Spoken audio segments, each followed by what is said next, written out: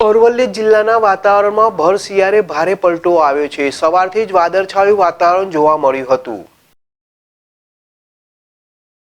અરવલ્લી જિલ્લાના વાતાવરણમાં ભર શિયાળે ભારે પલટો આવ્યો છે। સવારથી જ વાદળછાયું વાતાવરણ જોવા મળ્યું હતું। આગામી સમયમાં કમોસમી માવઠાની આશંકા અને વરસાદની શક્યતાઓ વચ્ચે ખેડૂતોને સાવધાની રાખવા સલાહ આપવામાં આવી છે। રાજ્યમાં હવામાન વિભાગ દ્વારા વાદળછાયા વાતાવરણ, કમોસમી માવઠું અને કમોસમી વરસાદની આગાહી કરવામાં આવી છે। રાજ્યમાં 26 ડિસેમ્બર સુધી શુષ્ક હવામાનની સંભાવના છે, જ્યારે 27 અને 28 ડિસેમ્બરના રોજ છૂટા છવાયા સ્થળોએ હળવા વરસાદની પણ આગાહી કરવામાં આવી છે।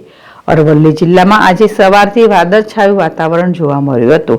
જિલ્લાના મોટાભાગના વિસ્તારમાં વાદળછાયું વાતાવરણ જોવા મળ્યું હતું। અરવલ્લી જિલ્લામાં તંત્ર દ્વારા અને જિલ્લા ખેતીવાડી અધિકારી જણાવવામાં આવ્યું હતું કે આગામી સમયમાં જ્યારે વરસાદી માવઠું અને વરસાદની આગાહી છે, ત્યારે ખેડૂતોએ સાવધાનીના પગલાં લેવા જરૂરી છે।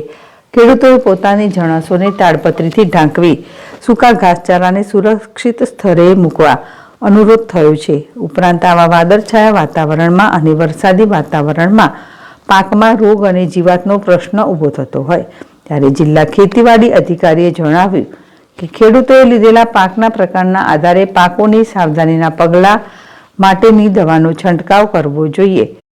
તેમજ જિલ્લા ખેતીવાડીએ જણાવ્યું કે વધુ માહિતી માટે ખેડૂતો ગ્રામ સેવક વિસ્તરણ અધિકારી અને મદદનીશ ખેતી નિયામક પેટા વિભાગ વિસ્તરણ અધિકારી મોડાસાનો સંપર્ક કરી શકે છે।